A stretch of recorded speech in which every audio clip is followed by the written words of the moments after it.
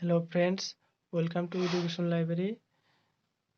আজি আমি আলোচনা কৰিম টেন্সৰ তিনটা ভাগ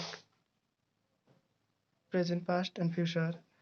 প্ৰেজেন্ট টেন্সৰ যিকেইটা ভাগ আছিল গোটেইকেইটা আলোচনা কৰিছোঁ। সেইবিলাকৰ প্ৰশ্নসমূহ কেনেকৈ আপোনালোকৰ পৰীক্ষা থাকিব সেইবিলাকৰ বিষয়ে বহলাই আলোচনা কৰিম আৰু প্ৰশ্নবিলাক সলভ কৰিম। গতিকে আপোনালোকে গুৰুত্ব সহকাৰে ভিডিঅ'খন চাই যাব ভালকৈ। আৰু আপোনালোকৰ হায়াৰ ছেকেণ্ডাৰী যিবিলাক ষ্টুডেণ্টে চাই আছে, তো সেইবিলাকৰ কাৰণে ভাল খবৰ আছে এটা, সিহঁতৰ ডিগ্ৰীৰ পৰা মানে সিহঁতৰ 1 মাৰ্ক থাকে, সেইখিনি মই ক্লিয়াৰ কৰি দিম। তাৰ মেক্স চেণ্টেন্স থাকে, সেইখিনিও ক্লিয়াৰ হ'ব, ভইচ চেঞ্জো হৈ যাব। গতিকে আপোনালোকে মোৰ চেনেলখন ছাবস্ক্ৰাইব কৰি বেল আইকন বুটামখন বজাই দিব যাতে নটিফিকেশ্যন পাই থাকে ভিডিঅ'ৰ। চ' বলক এতিয়া ভিডিঅ' আৰম্ভ কৰোঁ। তো guys, correct tense.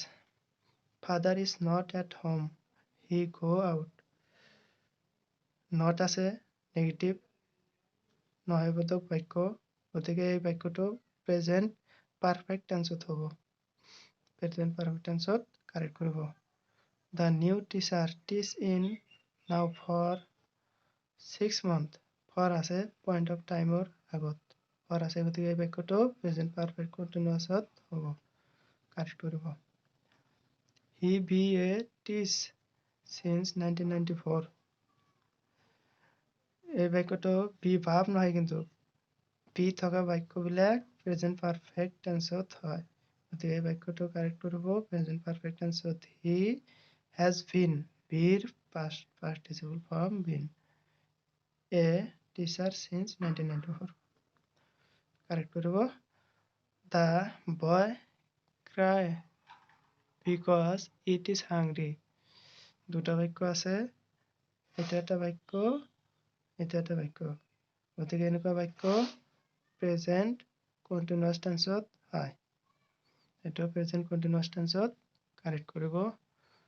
He fly a kite now. নাও আছে, ডাইৰেক্ট ব্যৱহাৰ দিয়া আছে, কণ্টিনিউয়াছ টেন্সত হ'ব, প্ৰেজেন্ট কণ্টিনিউয়াছ। গোটেইবিলাক মই কৈ নিদিওঁ, গতিকে বাকীখিনি মই কৈ যাম, আপোনালোকে কাৰেক্ট কৰি ল'ব।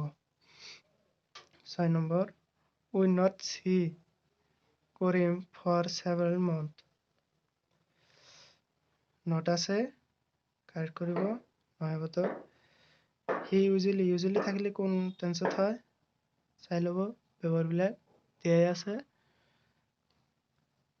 The train start at 9 o'clock every morning.